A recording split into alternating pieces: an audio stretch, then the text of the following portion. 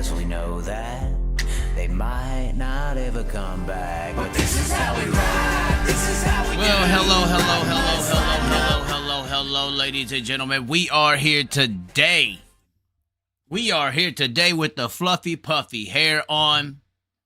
The light. I really like the color. Look at the cotton candy fuzz that's going on. We got the loose video shirt on in our inaugural return here to Facebook Live. I mean, we are streaming on YouTube, but we're also streaming on Facebook. And I'll tell you what, Facebook crowd, if you haven't seen me in a minute, there's some stuff going down on the YouTube. So get over there, subscribe today.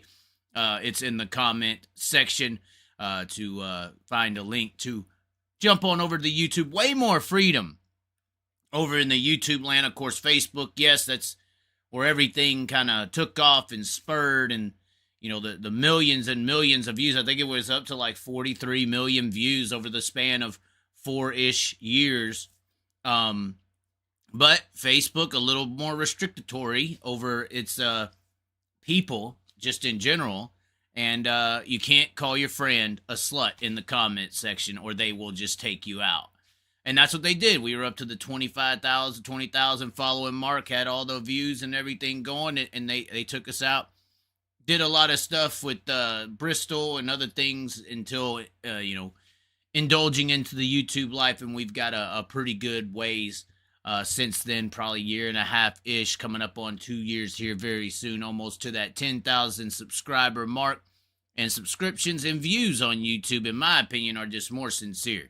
If I get a view on YouTube, somebody literally subscribed or clicked or came to my link and watched what I had to say. Whereas if you get a view on Facebook, somebody just jumped on Facebook to see what their friends were doing, and you pop up. And then they just keep on scrolling. It's a whole nother way of following. So it is a little better over on the YouTube side of things. But Facebook, I think we need to come back and give it a little bit of a not necessarily a second chance. Obviously, we've had the Long Live the Chaz Facebook page going. Don't get it confused with the Chaz Facebook page, which is still up with the 20,000 followers. And, oh, God, talk about a loss. That was a baby sacrifice for sure. But speaking of baby sacrifices, and creepily, I don't know if I should say that in a serious connotation or not, but we have developing things in the sprint car world. Obviously, yesterday, we hot tipped a lot of people on the idea that Larson is returning to the Chili Bowl. If you haven't checked that video out, go to the YouTube, check it out from yesterday. Pretty hot tip. I have done a lot of stuff on here, typically, that is based on an opinion, an insight, and experience within the business sectors of society and racing, and the marketing and media aspect of life. And I believe that that's a very integral thing in how we all operate. Life is based on, what's the old saying? Life imitates art. And this media thing in today's world is nothing but art. That's what it is. It's about an influential base, and that's why there's so many things wrong in society based on the influences throughout media. But there's a lot of things that I see and draw conclusions or ideas or speculate upon, and they seem to be true. I said it at Knoxville last year. Play nice, or else, to the World of Outlaws situation. And I think some people, based on what's happening today in 2023 and going into 24, that play nice did not happen, and the warning and the shots and all this it's over. There is no more warnings to be had, because the situation is here. This is the releasal video. High Limit is going national in 2024. Little nice gold, silvery cards there. Look at that nice. Look at you gotta have young money to be able to have a deck of cards that looks as pretty as that, and they're black. It's fair to say that High Limit and everyone is going up against the mecca of dirt racing organizations. and there's a lot of things that the World of Outlaws have done right and are doing right now. Like the things that they've changed, we're going to get into talking about that, some of the stuff that they have implemented into their upcoming season. It's going to be really hard for any World of Outlaw driver outside of Brad Sweet to make a switch here. But let's give credit where credit is due. The World of Outlaws is the most sustained dirt track racing organization on a high professional level out there. Some might say IMCA because of the lineage. Some might even say the big blocks up there in the Northeast area. It's very interesting how good they are as far as attention and historical basis.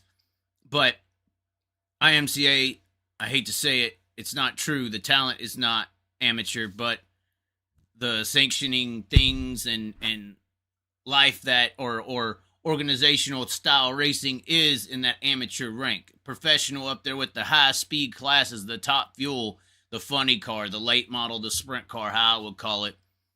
You know, there has not been a more sustainable organization with the power and the and just overall than the World of Outlaws. Some might say USAC, but USAC only kind of came along because of AAA. Yes, the same AAA people who, you know, roadside service you. Those were the original gangsters of the racing world in general. So this is a high gamble to go after such an organization as the Outlaws. So, and going after their baby, and their baby is the sprint car organization. There is nothing else that they love or is keeping them alive more. Because let's not be dumb here.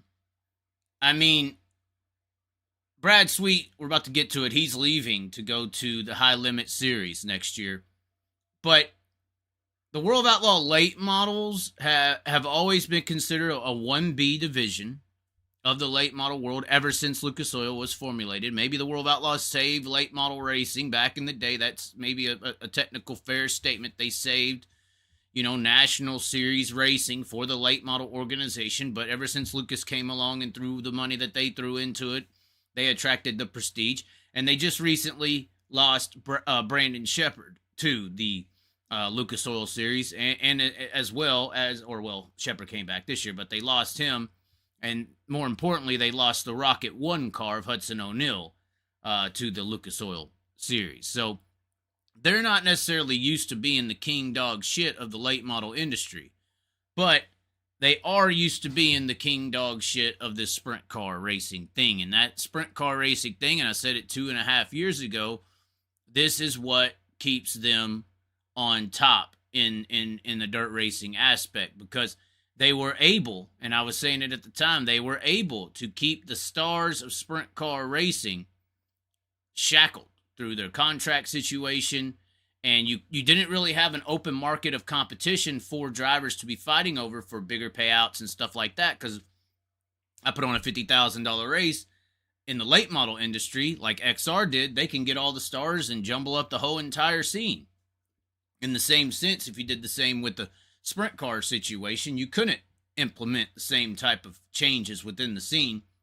And let's just get it out of the way that competition is good for the consumer.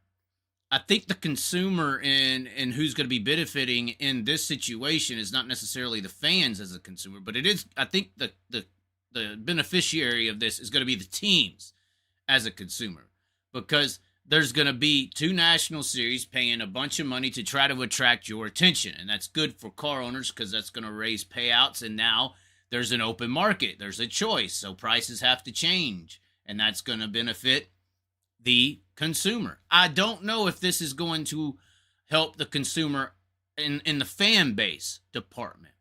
Is it good as a fan to not, and that was the one benefit versus the late model scene, is traditionally in the sprint car scene, in the World of Outlaw scene, for instance, if you wanted to go see the best of the best sprint car racers week in and week out, you didn't have to guess, are the best guys going to be at this Lucas Oil race this weekend on this side of town, or the World of Outlaw late model race on that side of town? And that was a dilemma for the late model industry. And let's not also get away from that point of just each weekend's racing, including the best of the best and having no confusion, but also the importance of a championship was also superiorly more important in the sprint car racing industry than the late model racing industry. I mean, they had to create a debacle known as the chase, whether good, bad, or other. They had to do that to give some importance to the Dirt Late Model World Championship because of this debacle of National Series. Which one matters more? Why would any driver pursue a championship outside of just having the financial well-being to be able to stay on the road full time in a series here or there? There was some financial incentives, but the glory, the gratification of winning a world or a late model championship, there was no comparison to the World Outlaw Sprint Car Series Championship and the importance of winning that and the status that you can have. I mean, a Bobby Pierce just won the World Outlaw Late Model Series Championship, but winning that World Outlaw Late Model Series Championship doesn't, in the late model industry, doesn't necessarily declare that you are the best late model driver of 2023. Because Ricky Thornton Jr. just won it in the Lucas Oil Late Model Series or in the Lucas Oil Late Model Series, jumps over to the World Finals and waxes their ass on Friday and Saturday night and was wrecked on the opening night. So even somebody on a Bobby Pierce level who has done so many amazing things in the late model industry, you cannot proclaim yourself as the greatest late model racer of said year if you win the World Outlaw Late Model Series Championship because of this competing National Series situation, which is why it was a little more glamorous, a little more vindictive, to win the World Outlaw Sprint Car Series Championship, because you can stand there with your glory, ego and everything else and say, I am the best of the best this year. That's what that World Outlaw Sprint Car Series Championship kind of encased. Now, once again, the flip side of that is importance of championship, all that being under one banner. But on the other side of the late model situation, championships really don't matter, but we're racing for $50,000 on a Monday. We're then going to race for $25,000 on a Tuesday. That weekend, we're going to race a 3 or 2 day show for $100,000. Then we got a crown jewel race for $100,000 here or $125,000 there. We're not worried about winning the Lucas Oil Late Model or World Outlaw Series Championship, but we do want to win us a World 100 or a Dream or a Knoxville Late Model race or a USA National or a Prairie Dirt Classic. All these are close to almost being just as valuable as a championship, not only in stature of domination, but also in stature in the financial department because of how alluring, how much money was being paid out in that opening bid war for the top tier drivers of the sport. Now, this situation that has happened, and we'll jump over into the story itself, because we could go on for days and days on how the differences and how they add up and the different mental angles to look at those two scenarios in an open season versus a closed season. And we're not, and the sad part about this with this high limit situation is because since the Outlaws didn't play nice, and we're still in this, full-blown contractual obligation, and they got 4 races this year, the Outlaws did, to run other races. I don't know with this Larson Sweet kind of counter action to, throw the gauntlet down as far as we're coming after you now. Because this last year, the 4 races, the 12 races, the off races that the High Limit and Brad Sweet and everybody in the Outlaw teams that might have been interested were asking for in last year's offseason this time, was based on a 12-race schedule midweek around your Outlaw races. We're not even the same time, 2 days gap. Just please give us 12 races to run this, Brad and everybody. All just play nice with us midweek races. And they gave them the 4. That was this year's circumstance. That's not the proposal now going into the next year. That's not the scenario happening going forward here. This is not the same proposal of, will you give us 4 races? If I'm the World Racing Group, I may not give anybody any. If you're going to sign for the Outlaws, you're not going to get any races, because this is not about you getting off for some midweek stuff anymore. And even though there are midweek races, and it's so crazy how I predicted that as well, how there should be a national championship mixed with the all-star stuff, and then the midweek races is a separate entity, kind of like a TV series racing situation. That's exactly what they have done. We're going to get into that as well. But regardless, this is a scenario where I'm not sure that the Outlaws are going to play. If they had considered their 4 races nice, they're not going to, I don't know if they're going to get any races now. Because this is not, we're coming in here and going to leave you alone and be midweek, give us some races. This is, we're coming in national series. You're scoped up. You're scoped up. And now Brad Sweet, I've heard from some rumblings, is not necessarily coming in here to ruin the World of Outlaws or tarnish them or anything of the sort. He's coming in there to just kumbaya and try to provide better things. And I believe that Brad Sweet is very sincere in that. I think that Kyle Larson is close to the sincerity in that. I do think that I don't want to say arrogance, although arrogance and ego is a part of, male genetics. So I would say the part of the arrogance and ego of a Kyle Larson is something being a part of this. I don't know if he's going to necessarily be the workhorse that's going to make all this work, but he is definitely going to be the Seabiscuit name that the jockeys are going to be whipping to hopefully take them to tournament victory lane in the world of battling for sprint car racing dominance. But I do think it does add to the resume of a Kyle Larson in the GOAT department of this whole high limit racing, betterment for the sport type of, transgression that he's putting out onto the entire society and world that we have here in the dirt track racing land. But I'm not so sure that the people behind the scenes, the Flow Racings, the Warner Brothers, the World Wrestling Entertainment, I guess the UFC, the people who are involved with Flow Racing now, I'm not so sure that they are going to be looking to, we're just here to kumbaya. We're not here to hurt the Outlaws. Apparently, Flow Sports tried to purchase Dirt Vision a little bit ago, and there's been a bit of a grudge between the two ever since. So I don't necessarily, even though Brad Sweet and Kyle Larson could be the politicians on the stage telling the society, we want the best, we want the good, the people in the back who are fronting, or not fronting the bills, but are supporting this move here with Flow Racing, the streaming wars that's been going on for a while now, the BlackRock, the State Street, the Vanguard groups that are back here, I'm not so sure that they're so kumbaya as those politicians that are representing them on the stage. And with that being said, I'm not so sure that you're going to see any outlaw drivers be allowed to run any high-limit racing events next year. And if I was Carter and them out, and they were to pull that, hey, at this point, it is kind of still, I would say, on you for not playing nice, last year when all this happened, and, we may not have been dealing with the situation. It would have been more so in a scenario where the World of Outlaws just play nice. I see it going as if the World of Outlaws, for instance, this year would have gave the drivers, okay, yeah, y'all can run those 12 races with the high limit series. Y'all are great. I think Kyle publicly acknowledges their support. This is great. They want the sport to grow. I think Brad's like, this is awesome. This is what we wanted. And I potentially see this point this year, if the Outlaws would have played nice, as no series is bought, the All-Star Circuit of Champions stays as it is, a regional series, and the plateau that it was, an Xfinity Truck Series to the Cup Series level that was the World of Outlaws.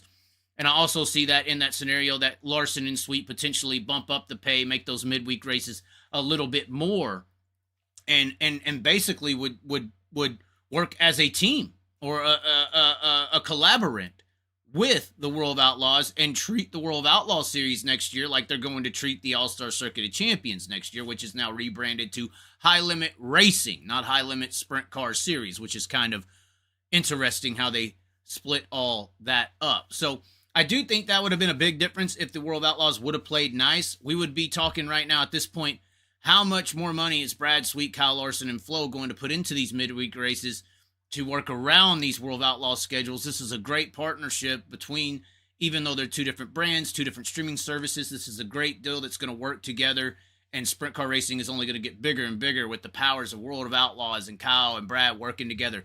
That would have been the option if we played nice. We're not playing nice anymore. They got pushed around. They shot this out here now. And if you're the person who didn't play nice from the beginning, why would you play nice anymore? Now you're going to play really hard.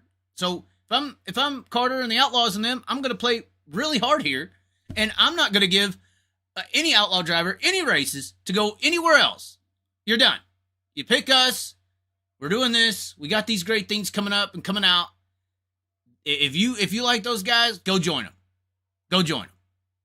I think that and I'm not saying that is if I was them, that would be the only option you would have. What I would have done would have been play nice, but in this scenario the hands that we are dealt onto the table here, I think that's how this potentially could play out. But let's get into the article.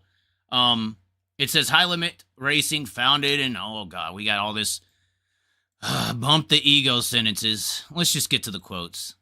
Oh my. The midweek race series will evolve into 50+ race nights or race night schedule across the country and increase driver payouts to more than $5 million. So 50+ race schedule, midweek. I don't know why they call it midweek race series will evolve. I get it. It will evolve into a normal series. I saw Larson Land. They posted on their Facebook page that it would be a 50 race midweek race schedule. See, these NASCAR people, they're confused when you tell them this stuff. They think, oh my God, they're going to race 50 times in the middle of the week. That's not what is happening. To support the series, High Limit Racing entered a multi-year agreement with Flow Sports, which I heard Flow Sports is a minority investor in this, which has taken a minority equity stake. Okay, so they're listing that in the new venture and will continue to stream live racing events while, okay, cool. Brad and I literally grew up in this sport. Okay, let's get the powder coats out of the way. High Limit Racing will award a point fund of $1 million with a champion team and driver winning $250K. Good amount for 50-ish races. Remember that World Outlaw schedule's up there in the 70s, 80s, sometimes 90s. So half the schedule, $100,000 less. That is really not a bad deal for some of these people who don't want to, run their guts into the ground. Although, I did see how the World Outlaws are taking July 4th weekend off, I believe, this year. So that is interesting.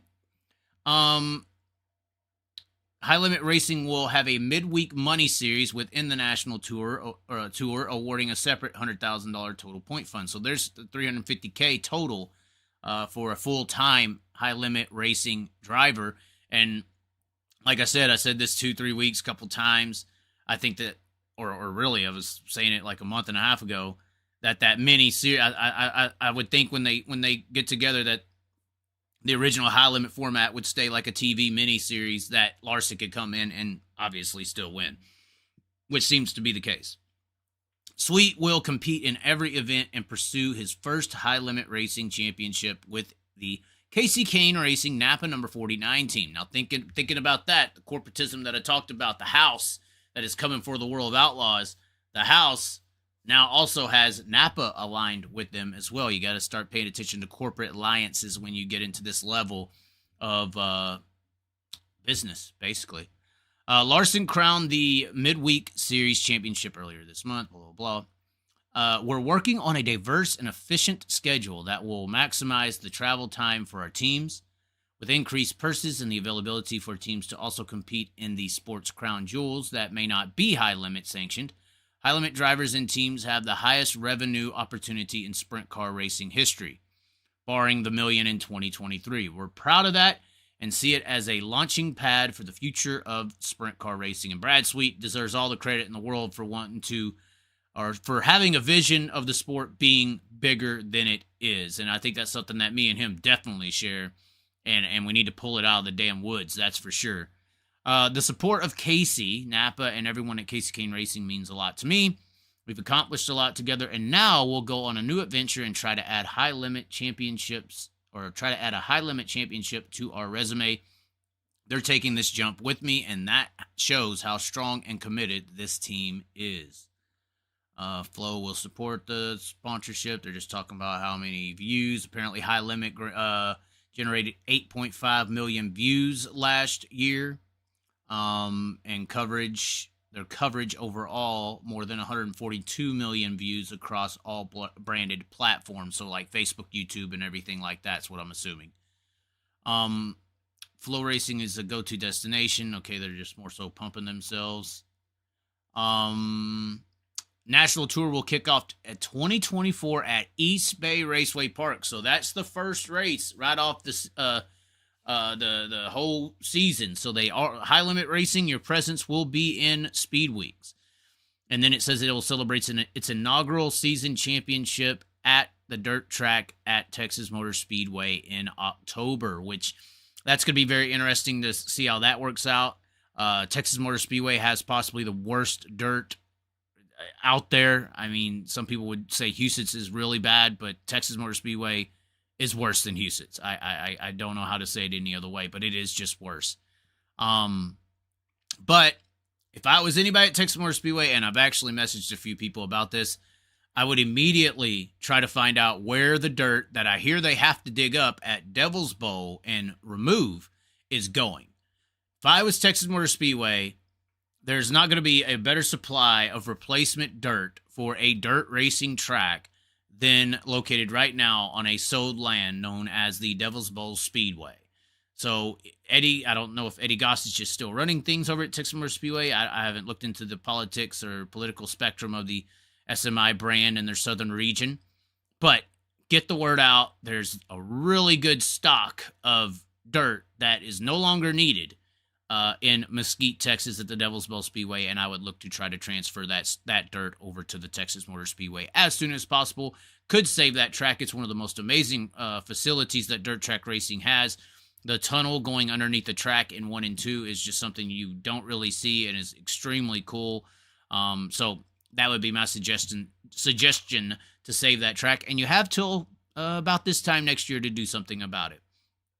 Former All-Star Circuit of Champions events include, but not limited to, the Bob Weichert Memorial, the Tuscarora 50 at Port Royal, the Dean Nittle Memorial at Portsmouth, and the annual Race Routine Foundation race. Foundation race will also be on the schedule. I don't see, or they ain't listing where that race actually is going to be held, but it'll be interesting to see where that race does land. The prestigious Eldor Speedway will host High Limit Racing twice with a 2-day midweek event in July and return appearance in September for the Four Crown Nationals. Eagle will return with the biggest midweek money series purse at the Eagle Nationals. High Limit Racing will also have 2 events in conjunction with NASCAR. Obviously, the Texas Motor Speedway October race. That'll be during the chase, I believe. And Texas Motor Speedway in April, it says. So they're going to be going to Texas Motor Speedway, the dirt track in Texas, twice.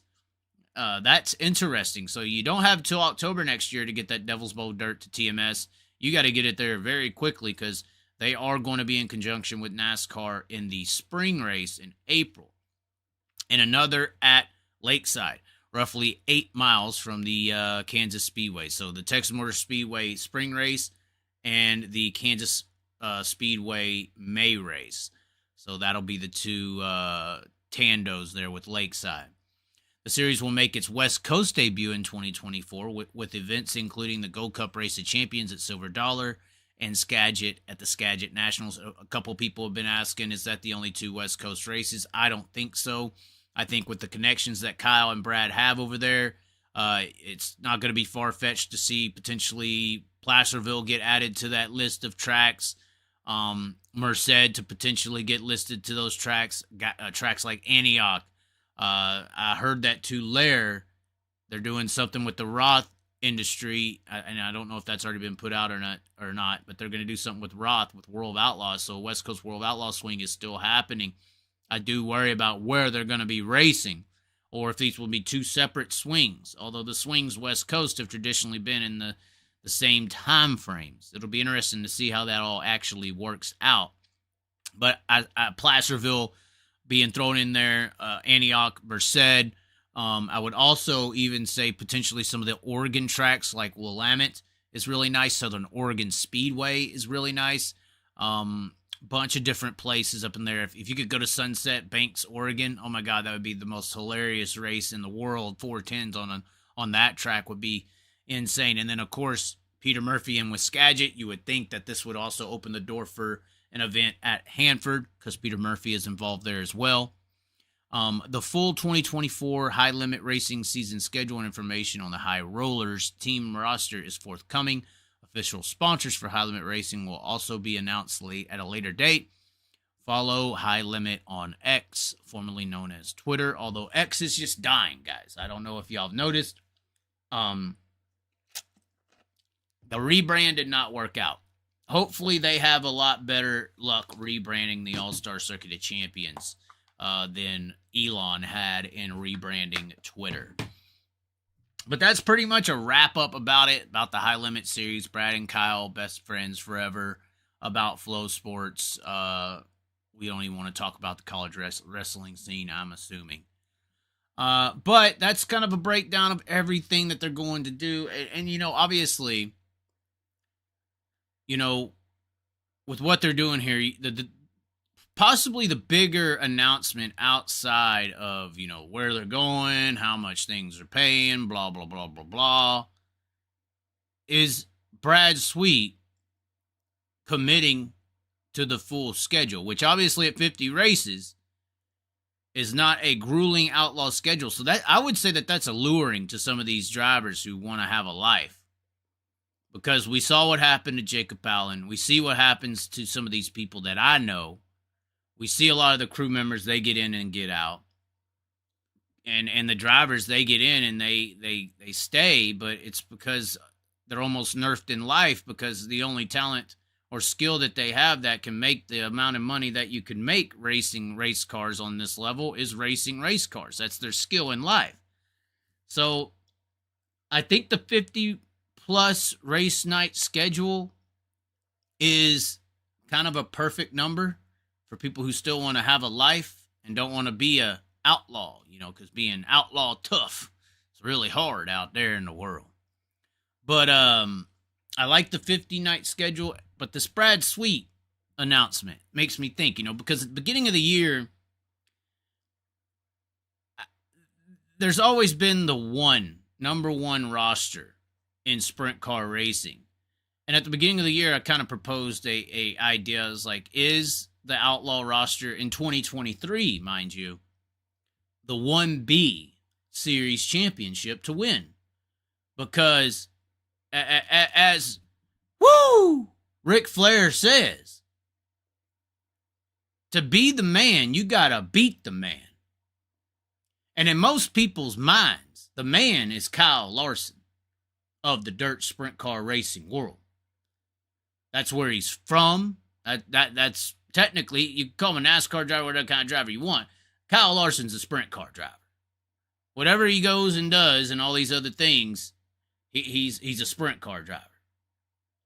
And a lot of people consider him the greatest sprint car driver we have right now. So to be the man, you got to beat the man. And there was only one series championship that you could pursue to beat that man in. And that was this year in the High Limit Sprint Car Series Championship. And the man won. Kyle Larson won. Now, you could have won the World Outlaw Championship, but you're not beating Kyle Larson. And he is the man of the industry. So it's a really, and even though that's a stretch, because it would be hard for Kyle to win the World Outlaw Series Championship, but in people's minds, it's a locked-done deal. If Kyle Larson committed to the World Outlaw Sprint Car Series Championship this year, next year, 10 years from now, 20 years from now, 16 years ago, he was going to win the damn World Outlaw Series Sprint Car Championship in their mind. But this year, he actually had the opportunity to run for a championship, even though it was midweek and 12 races. Drivers and people had the opportunity to be the man. Go beat the man. And he ended up winning the High Limit Series Championship. And the other man, the next closest thing, I mean, you know, I would say to a Kinzer or something like that, you know, that we got is Brad Sweet. 5 times World Outlaw. He won the World Outlaw Series Championship this year. And now, the next closest thing to be the man, you got to beat the man. To be the champ, you got to beat the champ. Is Brad Sweet. And now he's gone. Guys, he's gone from the Outlaws. So, even in that exaggerated plausibility, and in some people's minds, the truth that the High Limit Sprint Car Series Championship this year was the 1A championship, because when you added Kyle Larson to the full-time roster, you're beating, in some people's minds, the best sprint car driver that we have. And now the second option to that in Brad Sweet has left and has joined High Limit. So I would say in this scenario that this could potentially be the last true outlaw champion. Because whoever wins the championship next year, they aren't beating the greatest sprint car driver in the world, known as Kyle Larson. And they're not even beating the defending champion, who is a 5-time champion who just took their $350,000 and put it in his own damn series purse for next year. And left them with a vacant title. It's just like right now, if somebody goes into the UFC and wins the heavyweight championship of the world, and they didn't beat Francis Ngannou to take it, are you considering them a better fighter than Francis Ngannou? Or are you going to put an asterisk on that title belt? So I don't think, or I would, I mean honestly here, the champion for the World of Outlaws next year comes with an asterisk. And potentially forever now. Potentially forever. Because this could have just, the landscape's changed. But regardless, next year, your World of Outlaws roster, you're the champion. You didn't beat the greatest sprint car driver in most people's minds, Kyle Larson. You didn't even beat the previous champion. So you can't call yourself the man because you ain't beating him. You can't call yourself the champ. You didn't beat him. You got to go take the vacant title that was left behind by the guy who's over here taking the championship money and going to create his own series with. So you're not the man. And honestly, if I'm Brad and these guys, I'm playing on that. I'm playing on that to get guys to lead the. Why would you go waste another year running the Outlaws? You could win the championship and people are still going to look at you as maybe third tier now. At least Brad this year looked like, I mean, to these psychotic Larsonites, he looked second tier as far as best sprint car driver in the country to Larson. But now that Brad's over there, you're third tier. You're winning a vacant belt. It don't look good. It don't look good for the Outlaw champion next year. And then the rosters are pretty comparable, man. I hate to say it. You lose Sweet. That's your 5-time and defending champion. And yeah, there's the everybody keeps saying USA and NST. Let me show you a damn picture. And the Outlaws, Sammy and Steve left. Let me show you this. This is Mike Tyson. Okay? This is Mike Tyson. That's a cell phone, right? Right there taking a picture. This is a real image from the 1995 Mike Tyson during a fight between Mike Tyson and Peter McNally. Now, the first smartphone ever created was 2001. This picture was in 1995. So, time traveling is real, that's for one. Quantum physics is what makes my hair look the way it is right now. And I don't know why I feel like this phone, but I've been predicting 5 years ahead for a long damn time right now. But what I'm trying to tell you is you people referencing USA and NST and Sammys and Steve Kinzers, you are just like this photo. You are in the fucking past, buddy. Cell phones ain't even around in your world. Media does not influence things newly every 2 or 3 weeks. You people comparing NST or USA to this scenario right now, you are this picture. You are in the past. You still think Mike Tyson's the baddest man on the planet, even though it's 30 years later. Everybody else is this guy holding the phone. I'm this guy holding the phone. I'm trying to tell you, the future is here now. It has changed. Times are no longer the same as NST. The brand is just as relevant as this guy's forehead and hairline back here. The brand of the World of Outlaws does not compare to the brand of the World Wrestling Entertainment, the Warner Brothers, the entities that you are going up against, the UFCs, Nutter Butter is a bigger brand than the fucking World of Outlaws. I'm sorry, guys. More people believe in aliens and ghosts than of sprint cars to begin with. I just don't know how we're sitting here talking about brands are so important when you got 385,000 likes on your Facebook page, man. I just don't understand it. I can look up anything in the world. God, I mean, Doug the Pug, look at this. This is a brand. Let me show you what a brand looks like, okay? 5.7 million. Doug the Pug. This is a brand. Okay? A damn dog. What is this? With doggy products on NotAnIPup.com, this is a fucking brand. It's 20 times bigger of a brand than you. And you're talking about brands. Brands can be created overnight in today's society and destroyed overnight in today's society. So think about that. Just saying. Created and destroyed. You could be rich man north of Richmond one day, and now I ain't even hearing about you the next. But regardless, more people heard about it. And you can take a high limit roster, because we were just about to talk to the rosters and the drivers for a fair comparison. If we're going to look into next year and see the fair comparison, I mean, who's better, Brock Zierfoss or Brent Marks? Who's better, Carson Macedo or Rico? That's close. I mean, the Outlaws have some close guys in here. You know, they got Carson, I think Gio, Gravel, McFadden, Schuhart. Hodenshout obviously brings some names. But when we're talking about Marks and we're talking about Rico and Tyler Courtney, even a Brian Brown. I mean, you could trade Brian Brown in and out for a few of these guys. Come on now. There's some comparisons. Bill Rose to Justin Peck. Who's better? You know, we did just see how, you know, the Outlaws got ousted on their dash. Their own dash, they were ousted at World Finals by guys who are more than likely going to be on the High Limit Racing banner. But my point here, I mean, look, this is a pretty good roster. The depth is definitely on High Limit side. Larson, Abreu, Eliason, Peck, Chase Randall, Tim, Sanders, Mackery, Marks, Brown, Kofoid, Zeb Wise, Tyler Courtney, Aaron Reitzel, Brady Bacon, Parker Price Miller, Dietrich.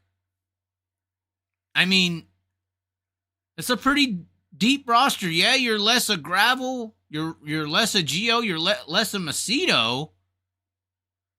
I mean, you're less a Shots, but unless they're going Chevys anytime soon, I'm just saying, guys. It's pretty comparable, and you have the champion, and you took their champion, and you have Francis Ngannou. And they're over here fighting for the vacated belt now.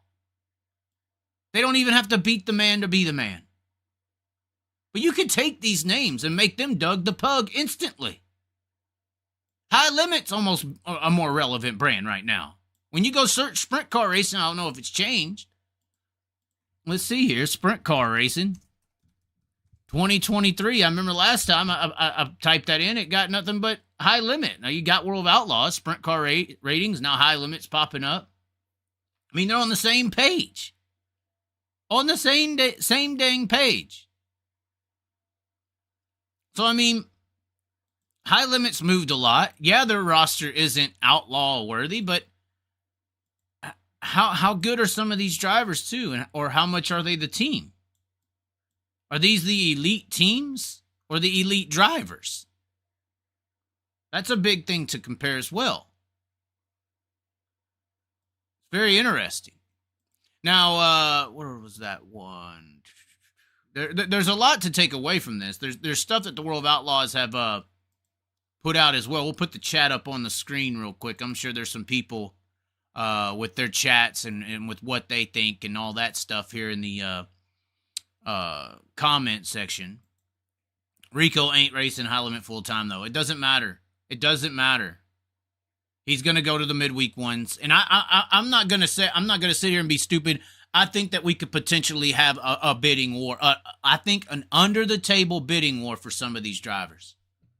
I think that's what's coming. I think there's an and it's probably already happening, to be honest with you. I think it's coming.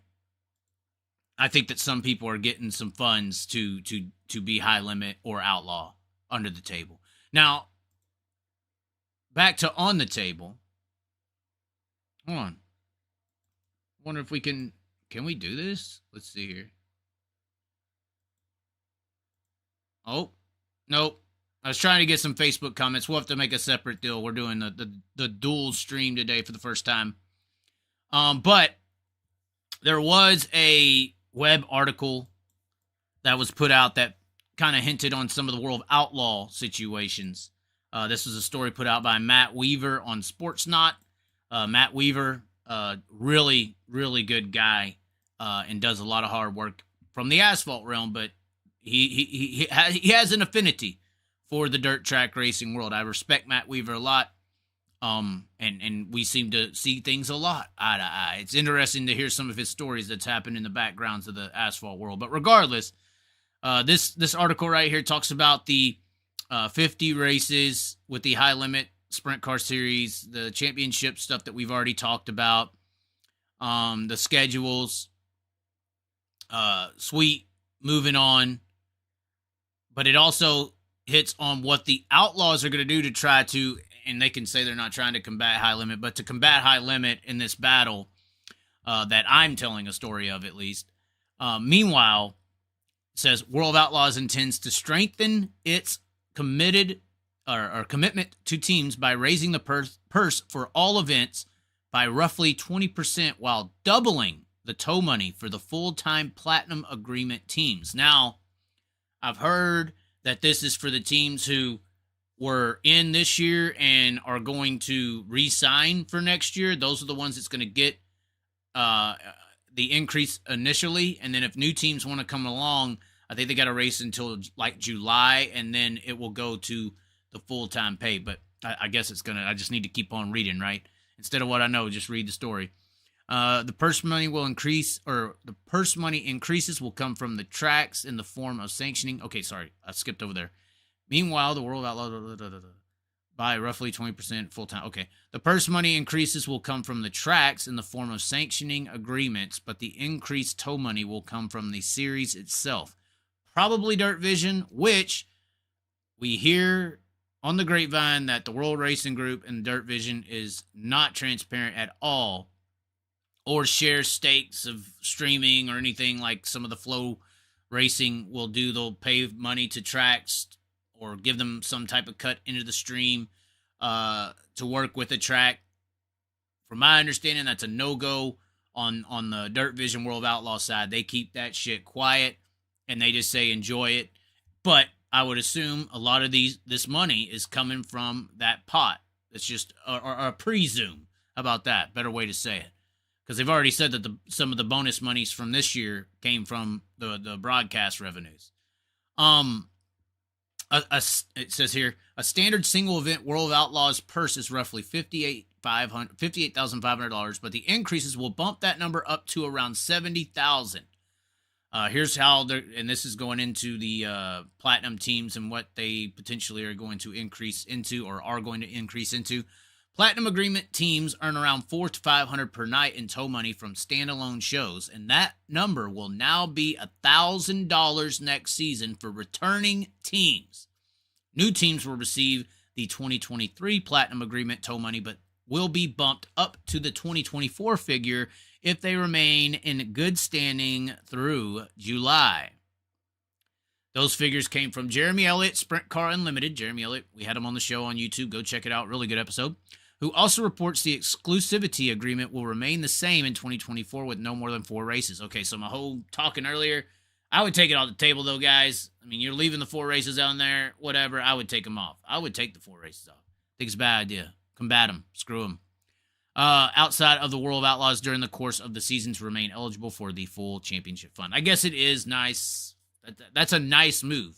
That's a lot of sympathy from the World of Outlaws right there. The World of Outlaws Sprint Car Series Championship Fund itself remains the same for the 2024 season.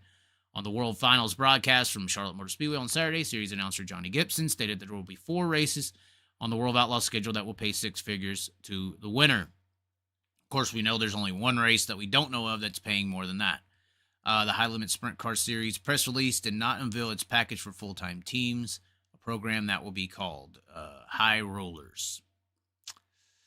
Anyway, so that's the situation there. More tow money to the teams that re-sign. New teams will be on that 400 to 500 margin until July if they stay in good standings.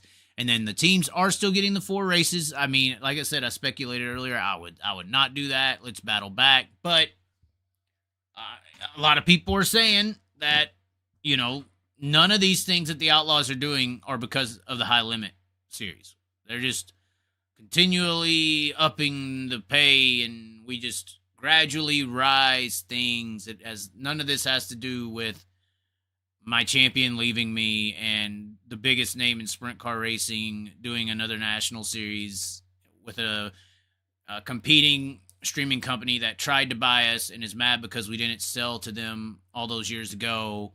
I mean, we ain't doing none of this because of all these things. And this is why it's very important to think and speculate, presume, assume, because if you just take things for what the politician on the stage tells you, I mean, you'll be looking around and be like, what happened? Come tax season. You know, but tax season is all involved in this. Big time. Big time. But regardless, so that's the situation. That's what's going on. That's pretty much all I had to say today. We're just on an hour. Wow, we got a lot of hot air out tonight. Or today. Let's see here. Tyler C likes to unveil his package a lot. Wow, I don't know why I popped out onto that one. 90,000 just to be full-time plus bonuses, etc. That's to be a World of Outlaw driver. So if there's 90 races next year, you're getting $1,000 a night guaranteed in tow. That's not bonus and everything, like he says, plus bonus. Spike Fast saying here. It is a lot of money, but do you want the money or do you want the life? Because you ain't gonna have much of a life. You go run 90 races. If you want a bit of a life, just all you gotta do is commit to 50. Here with the High Limit series, yeah, you go race for $350K with the Outlaws for the championship. But we've got $250K for our national champion, and then we also got an additional $100,000 for our midweek championships. So you could technically get the same. You're a very competitive driver and team. We're gonna represent you fairly on Flow Sports. That's, you know, syndicated with Warner Brothers and Disney. Well, not Disney just yet, but Warner Brothers and UFC. We're going to put you on the Vegas Strip. We're going to bring you to Indianapolis 500. Our roster drivers, we're going to be having you in the pits during the Indy 500, showcasing you to the world as Kyle makes his debut. We got so many things that's going to make our drivers bigger than the World of Outlaws instantly, because we're not going to be scared of the regular world, and we're going to actually promote y'all as the drivers under our brand, because we recognize that y'all are what makes our brand. And I think the Outlaws are going to find out real soon that if you don't have those guys, you lose that brand. But back to Doug the fucking Pug. What brand? What are you talking about? Just saying. What brand? Regardless, more or less than 10 Platinum World Outlaw drivers in 2024. Now, I do think that what the Outlaws just provided, said that they were going to give their drivers, is substantial. That's a lot of money to be an Outlaw driver and team. And back to the tax season. You know, it's a pretty good deal. It's a pretty good deal. If you got some expenditures and you know, everybody has a burner phone. Just saying. And if you're trying to make a living racing, if you're planning to be on the road all year and racing is your love, really good deal with the World of Outlaws. But if you want to be the man, if you want to win a championship, and at the end of the year you can declare yourself as being the baddest son of a bad jamma in the world of sprint car racing, and you beat the best drivers based on championships and victories, you have to go to the High Limit Racing Series. Because in the High Limit Series, that's the only place you're going to find the 5-time World of Outlaw champion. That's the closest thing we got to the man of the dirt racing world. And you're going to find considerably the greatest race car driver of all time in Kyle Larson. And if you want to go toe-to-toe with Francis Ngannou and actually beat the best and be declared the best sprint car driver of 2024, you have to go beat the best. And those two names I just told you right now are considered the best. In Brad Sweet and Kyle Larson, and they are not World of Outlaw drivers. Francis Ngannou has left the UFC. That vacated World of Outlaw title comes with an asterisk next year. It was vacated. Just like Ngannou. Anyone who goes and wins the UFC Heavyweight Championship, they're not the champion until the champion comes back and beats them. And I'm assuming Brad Sweet's never going to come back and do a World of Outlaw full-time season unless something crazy happens, which is possible in today's society. So you're going to be beating the leftovers. And like I said, David Gravel could have been the champion this year. David Gravel wins the championship next year. Won't it be a surprise to too many people? But it does come with an asterisk. It wasn't against Brad Sweet. It wasn't against the best. And then, as I stated earlier, if you're not racing Kyle, in most people's mind, you ain't even racing the best anyways. So you still ain't beating the best, even if you would have beat Brad. But both of those options, both of those, to be the man, you got to beat the man options, are not in the World of Outlaw Sprint Car Series. It's in the High Limit Racing Series. And you'll have an opportunity to beat Brad on the full-time National Series schedule, the 50-race schedule, and you have the opportunity to beat Kyle in the little midweek series that we're going to assume or presume, based on this year's example, that he will be at every one of those midweek miniature summer money races. So you have the opportunity to go beat the man. So you have a question. Do you want to live comfortably in the gated community of the World of Outlaws and get your, money to live nice in the tribe? Or do you want to be the man? Do you want to be the best sprint car driver in the country? Well, if the answer is you want to be the man, you got to go beat the man. And they're in the High Limit Racing Series. That's just the facts. Kyle Larson, Brad Sweet are the closest thing to the man that we have. Hate to say it. I hate to say it because the World of Outlaws is a very important series. Very important thing. But that's just the facts. That's just the facts. The Outlaw title next year comes with an asterisk to me. It's Steve Kinzer. I mean, I'm just saying. It's the slump year. It may be the slump year for all. This is the changing of the tides. I'm waiting for the gambling industry to get involved. That's what we're waiting for now. What's with all this racing talk? I came here for the aggressive sex talk like last Friday. we do it different over here on YouTube, ladies and gentlemen. I hope Brad Sweet never comes back. He's old news. Go play with Kyle and play amateur hour. Wow. That's so ridiculous of a statement. Do you think that with the Outlaws losing Gold Cup and Larson and Sweet being the promoters at Silver Dollar, the Outlaws will say, F you guys, and not head there for a race next year? If that was the case, they would have done it this year. If they were going to put an F you to the whole scenario on the West Coast, they would have did it this year, based on some of the things I've heard. And saw Brian Carter say. They said they're going to the West Coast. They're going to California. For some reason, it seemed to be a sponsor deal, and it was based around sponsors and Dennis Roth. I don't know why.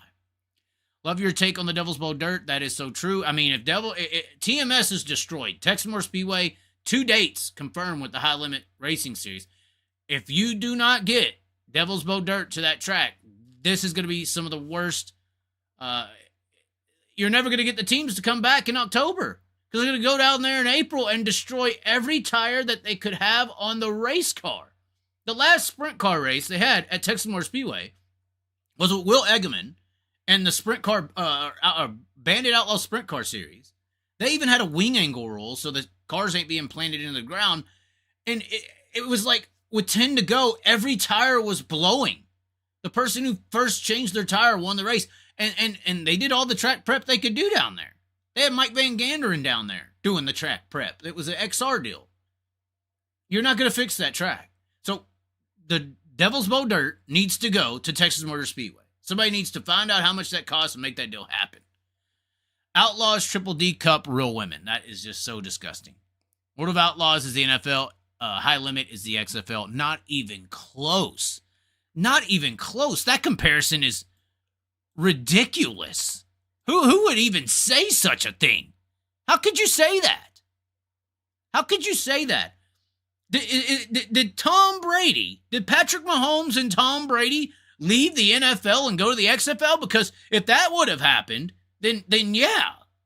But Patrick Mahomes and Tom Brady are still NFL associates. Tom Brady's retired, obviously. But Joe Burrow and Patrick Mahomes and all these guys, they're not going to the XFL. CJ Stroud is not talking about going to the XFL next year if it works out or doesn't work out this year in the NFL. So that is just a horrible comparison. This Darren guy is Schroeder's or something.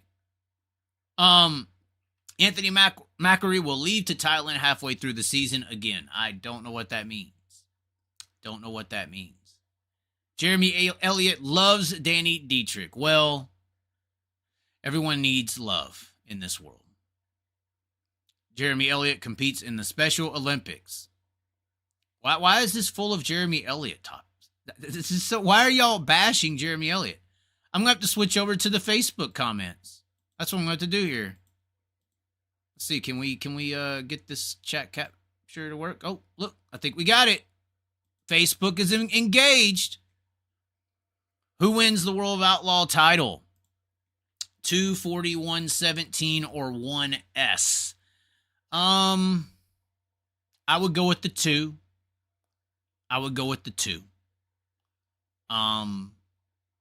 41 is going to be a different team without Clyde, I believe. And for some reason, Schuhart, I don't know. I feel like that team is so seasonal. Is anybody else feel that way? Like the Schuhart, the 1S car is just seasonal. It will just change seasons in mid-season, and it will look like the most dominant car you could ever imagine. And for like 5 weeks or 6 weeks, and it changes season and goes to a 5th to 10th car. I just don't get it. It will definitely be between the 2 and 41. If something happens with the Ford and the Chevy or whatever with Donnie, I still think Donnie's an elite level talent. I still believe that. But I don't know what's going on, whether it's Ford, whether it's this, whether it's that. I until they figure that out, Donnie is just not going to compete for the championship, I don't think. I hate to say it. Would like to say that. World of Outlaw intern champion. That's exactly what I'm talking about, Damon. The champion, the person who comes in and wins this Outlaw championship, it has an asterisk. It has to have an asterisk. The guy who goes in and wins the UFC heavyweight champion is not going to be viewed upon as better than Francis Ngannou. Ngannou dominated the division, similar to Brad Sweet, and then left to go do bigger and better things. To be the man, you got to beat the man, and the men have left. As long as the Platinum members make all World of Outlaw shows, it shouldn't matter where else they race. They are full-time drivers. I agree, but this is that playing nice thing that you're missing. Playing nice. I actually had the privilege of meeting him in person when he came to Grand Forks, North Dakota, River Raceway. Oh, this is somebody talking crap. The man, the myth, the legend. Oh, the man, the myth, the legend, the only Chaz. Facebook has missed me. So Brad Sweet, Eric Schaefer says, so Brad Sweet is going to race for a title in the series that he partially owns. Don't think he can bend the rules a little for his benefit, any, do ya? It'll be interesting. Obviously, they did bring the series director over from the World of Outlaws, who is known for being the best out there in calling a race and keeping things fair. So hopefully that happens and stays very straightforward. Obviously, if anything happens with Brad Sweet or Kyle with some favoritism or some Tri-City shenanigans, you'll have my ass on here that night, and I'm sure you in the comments in the Facebook world will hold them accountable.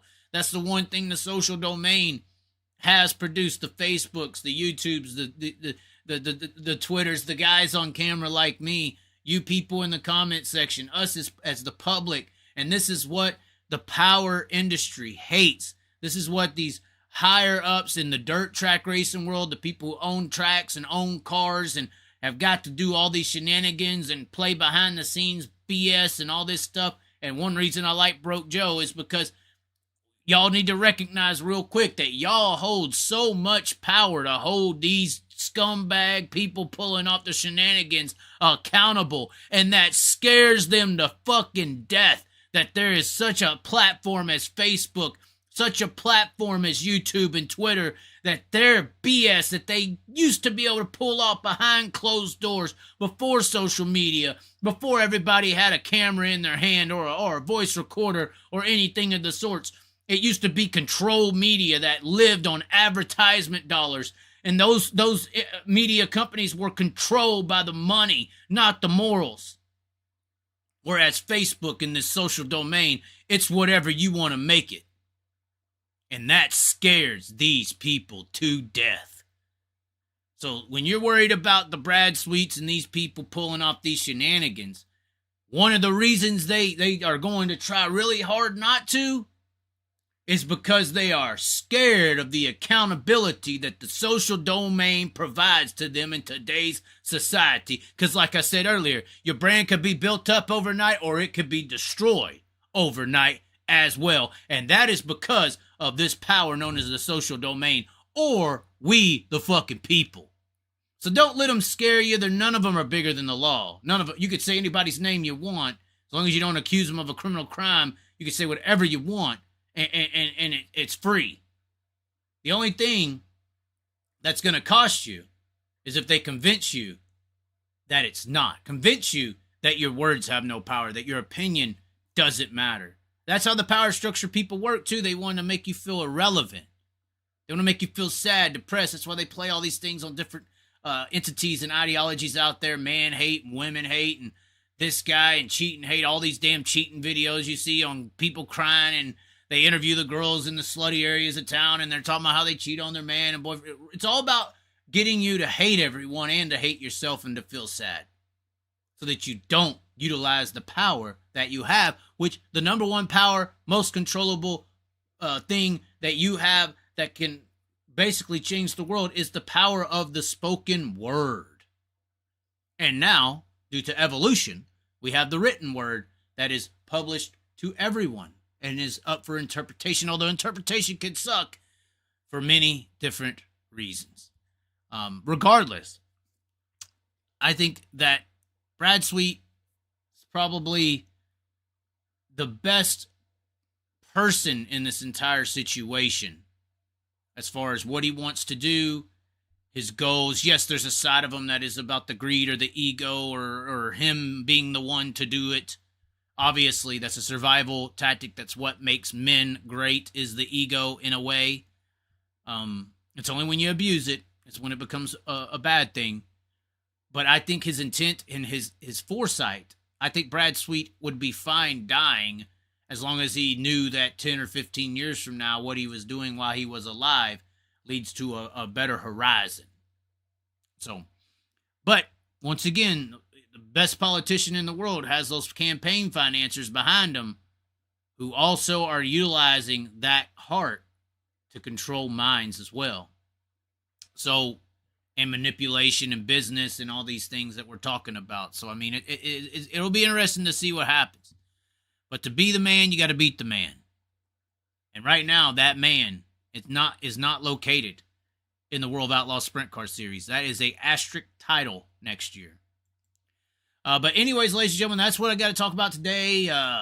Be sure to like the video, share the video, comment below. Go like the YouTube page. I guess if you're on the Facebook page, like the Facebook page or share this video around, whatever you want to do with it. But YouTube's where we are every day. We might be going live on both. There is a little bit of a difference between the audiences, but hey, we like it either way. Be sure to follow, send a super chat or whatever, stars on the YouTube or whatever it is. Support the page, support the product.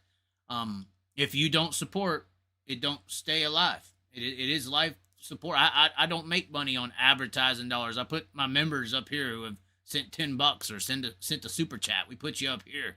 You know, I don't pursue advertising money or pursue people with a bunch of money to give me money to speak a certain way because I don't want to be controlled. I don't even want the option to pick the money over the fucking morals.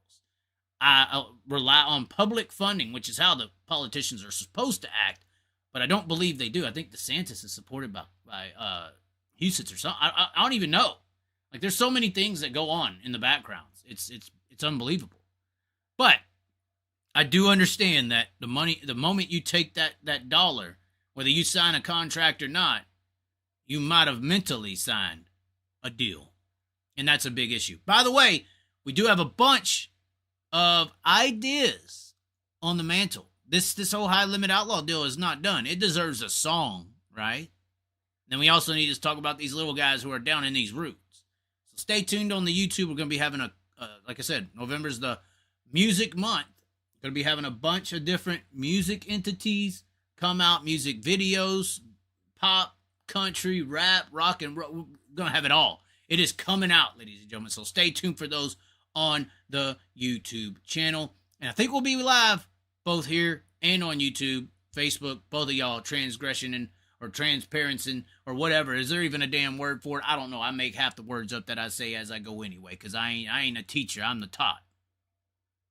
The hot tot based on this damn hairdo. But anyways, ladies and gentlemen, thanks for tuning in. Be sure to go to the website, get a t-shirt. I got some new shirts coming in. I got some new shirts coming out as well. Like the video, comment below once again, share it around. And as always, be sure to subscribe. We will catch you next time.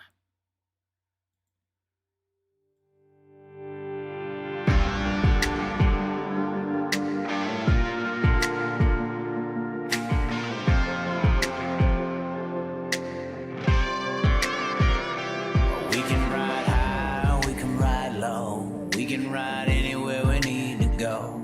We can ride all night up to the morning, as long as we make the show. We